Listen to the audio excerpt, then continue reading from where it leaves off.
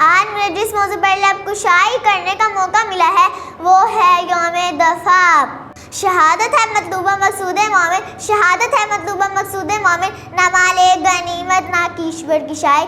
जनाबे वाला, ये वो दिन है कि जब एक गीदड़ ने शेर के पिंजरे में हाथ डालने की कोशिश की थी। जनाबे वाला, 1965 की जंग में पाकिस्तानी अफवाज ने अपने सीनों में बम बांधकर चौना के मुकाम पर टैंकों के कब्रिस्तान कायम किए और साबित किया कि लहू बोलता है। जब पाक फ़ज़ाइया के शहबाज एम आलिम ने 5-1 मिनट में गिराए तो साबित किया कि लहू भी बोलता है।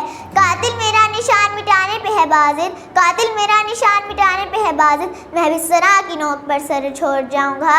आइंदा नस्ल मुझे पढ़ेगी गज़ल गज़ल, मैं हरफ हरफ अपना हुनर छोड़ जाऊँगा।